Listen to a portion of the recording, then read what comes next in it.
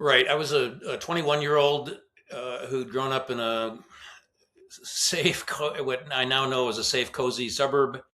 And I went off to seminary. And because I didn't think I was heading into the church, I took a job as a student chaplain in a maximum security prison in Philadelphia. So I was about as far from home in that maximum security prison as it was possible to get.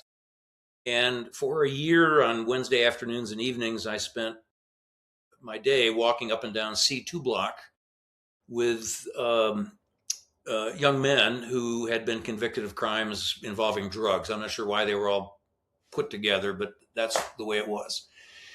And my job was to wander up and down until one of them wanted to talk with me, and I would sit on a bunk, and they would show me pictures of children and girlfriends, and they would tell me their story. And a couple of times, I wrote letters to judges. I thought, hey, there's a story here, and this person's not getting the legal, is not getting a fair deal, so I'm going to write a letter to the judge. I don't remember that judges ever wrote me back.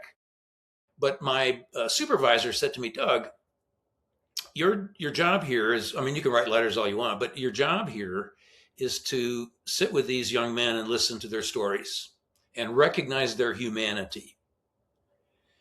I think there were not many people recognizing their humanity, right? They were cut off from their families and friends. And so my job, I guess, was to remind them that they were human beings and that somebody cared about them enough to listen to and listen to them to look at their photographs. But gosh, it seems like that's such a foundational part of the Christian faith that maybe people have lost sight of. You know this so much better than I, but you know the stories of Jesus working with the criminals and the less fortunate. Yes, we have forgotten that, I think.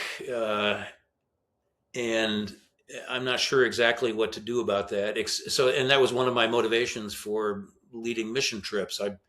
I brought people, church members, to situations where they could encounter extreme poverty and need, and then our job was, sometimes we built wheelchair ramps, but most of the time we listened, and we did what I did in that prison cell block, which was to remind these people that they were human beings and loved and cared for. Yeah.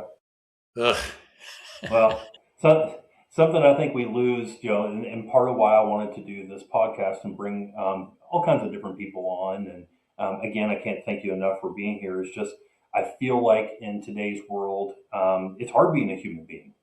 The way we communicate is different. I heard someone say the other day that it used to be that there were three separate, very segmented parts of our lives.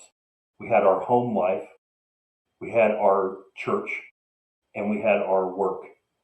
Yeah. And somewhere along the way, it feels like all three of those have kind of come together. And ultimately, we've lost a lot of connection with other human beings and our ability to be empathetic and compassionate because we don't really engage with people. Because we spend our lives looking at these things. Yeah, Yeah. yeah. All I can say is amen, Jeff. I think the thing I'm most thankful for the life I've been able to live is the relationships that I've had along the way, and the number of stories that I've heard. I wish, it's not really my place to tell their stories, but I think I have another book in me with Oh, there you the, go. the stories of the people I've met along the way. I think that would resonate with people a lot. I think that there's something to be said about that.